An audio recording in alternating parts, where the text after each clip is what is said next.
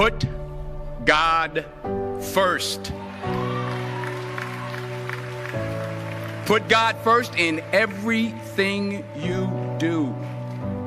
Everything that you think you see in me, everything that I've accomplished, everything that you think I have, and I have a few things, everything that I have is by the grace of God.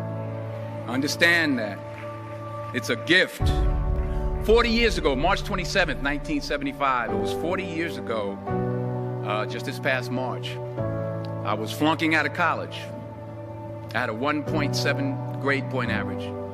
I hope none of you can relate. I had a 1.7 grade point average. I was sitting in my mother's beauty shop. They still call it beauty shops now? What they call it now? Yeah, I was sitting in the beauty parlor. I was sitting in my mother's beauty parlor, and I'm looking in the mirror, and I see behind me this woman under the dryer. And every time she looked up, every time I looked up, she was looking at me, just looking me in the eye. And I didn't know who she was, and I said, she said, somebody give me a pen, give me a pencil, I have a prophecy. March 27, 1975, she said, boy, you are going to travel the world and speak to millions of people. Now, mind you, I was flunked out of college. I'm thinking about joining the Army. I didn't know what I was going to do, and she's telling me I'm going to travel the world and speak to millions of people.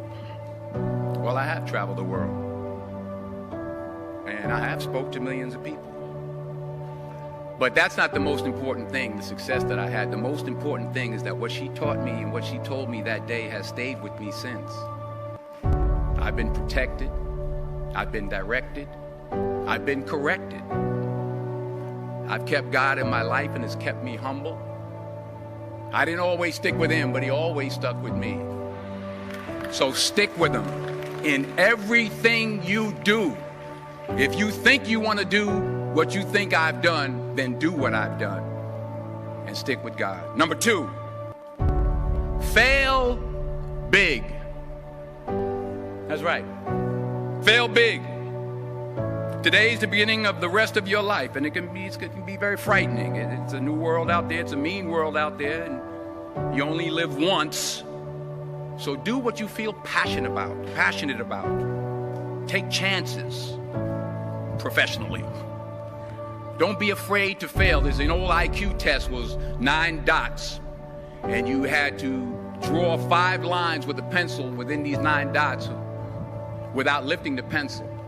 The only way to do it was to go outside the box. So don't be afraid to go outside the box.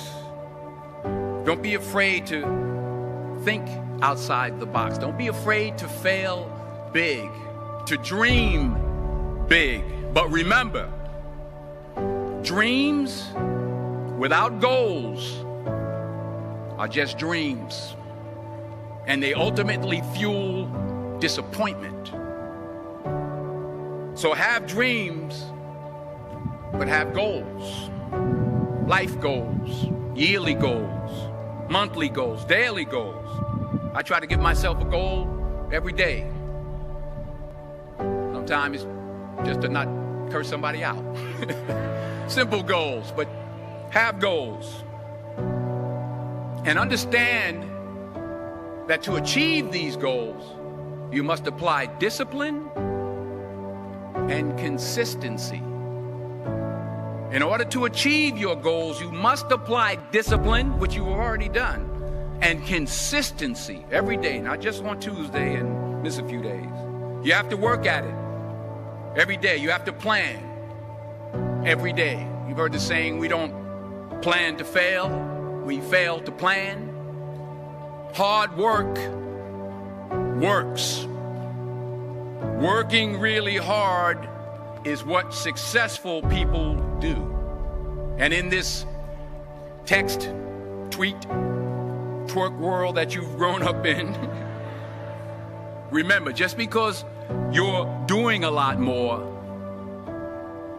doesn't mean you're getting a lot more done.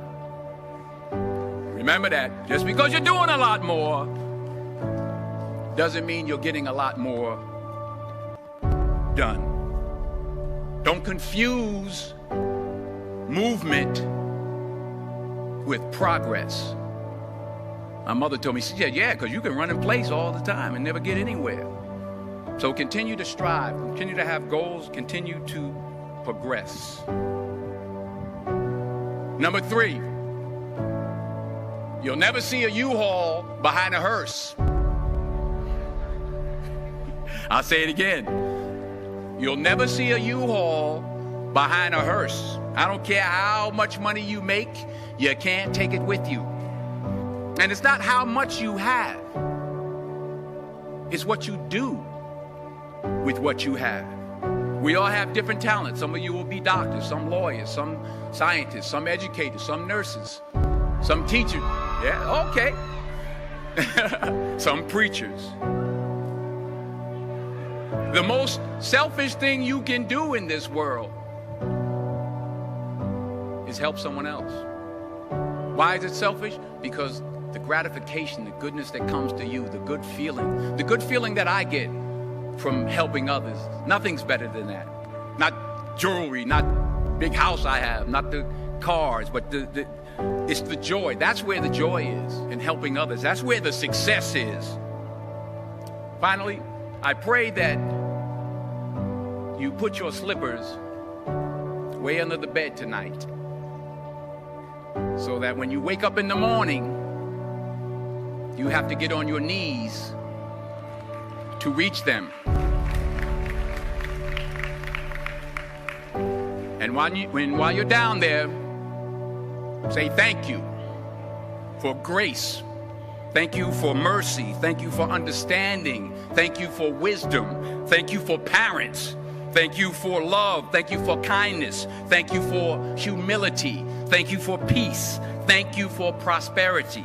Say thank you in advance for what's already yours. That's how I live my life. That's why I am. One of the reasons why I am today. Say thank you in advance for what is already yours. True desire in the heart for anything good is God's proof to you, sent beforehand to indicate that it's yours already. I'll say it again. True desire in the heart, that itch that you have, whatever it is you want to do, that thing that you want to do to help others and to grow and to make money, that desire, that itch, that's God's proof to you, sent beforehand already to indicate that it's yours. And anything you want good, you can have. So claim it. Work hard to get it. When you get it, reach back. Pull someone else up. Each one, teach one. Don't just aspire to make a living. Aspire to make a difference.